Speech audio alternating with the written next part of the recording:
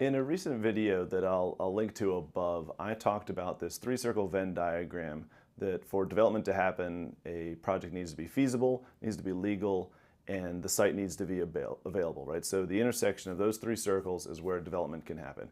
And today I want to talk about an idea that to my knowledge doesn't exist anywhere, but I think would be pretty cool.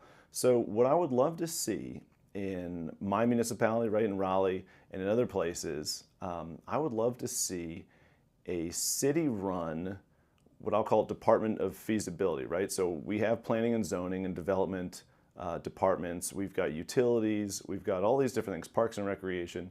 But to my knowledge, I've never heard of a department or a group that focuses on the feasibility of the planning efforts. And I think this would be huge for development, impact, and community building across the country, right? Because if we have these plans and they're not feasible, the development's not going to happen. So one thing is I think this department, I think it's critical that this is a public function, right? I think that would allow for kind of homogeny of data and information, right? They're looking at the whole city, they're looking holistically at the municipality, right? They're not looking at certain pockets, they're not looking at certain asset classes, they're looking at the community as a whole. I think if it is a public institution, then the data will be trusted. I think they will have access to information that other private institutions won't. I think they will have the community's best interest at heart, so there'll be an alignment of incentives and interest. If it's a publicly run department, and also funding, right? So this doesn't need to be profitable, it can be paid for through taxes. And because they're related to land value, right? Planning and land value are inextricably linked. I think it makes sense that land taxes pay for these efforts. One of the goals of this department would be to ensure that the planning policies kind of overlap with feasibility.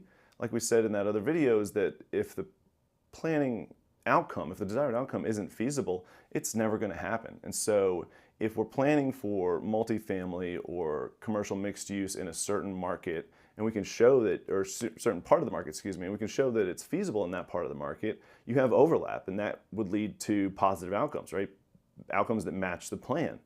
But this feasibility department would also find gaps. So where do we see where we're planning for multifamily, but multifamily isn't feasible there? It could also look for negative outcome potentials, right? So maybe a certain type of development is feasible in an area where we don't want it to go, and that could lead to negative outcomes, so it looks for that. And it also just looks for opportunities, right? So if you see an area where development is very feasible, but the planning doesn't match that, is there an opportunity for change? So I think that would be pretty compelling. One of the cool things about this department too is while feasibility is impacted both by the revenue side of the equation, right? So rents and pricing of development when you sell it or lease it, and costs, right? So what are your fees? What are your design costs? What are your construction costs?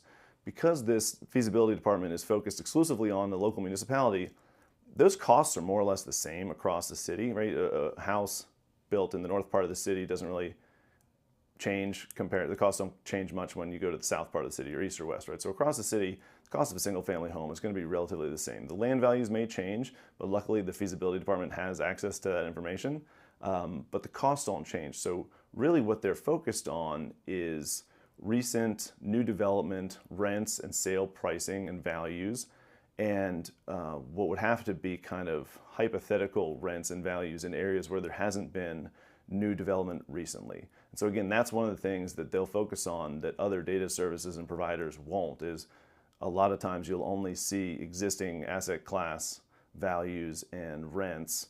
And in some parts of most cities, including Raleigh, there hasn't been much new development recently for various reasons. And so this could kind of separate those two and bring all that information together in one place and show you where development is feasible. I also think there's an opportunity for the cities to partner with local universities who have real estate departments. I know in Raleigh, we have several local universities that have real estate programs. And so this could be a really cool partnership between the municipality and the university for this information. I think the end result of this type of output would be feasibility visualization that could live in the local community GIS portal. So I know in Raleigh and Wake County we've got a fantastic GIS resource, and that shows all sorts of data on maps.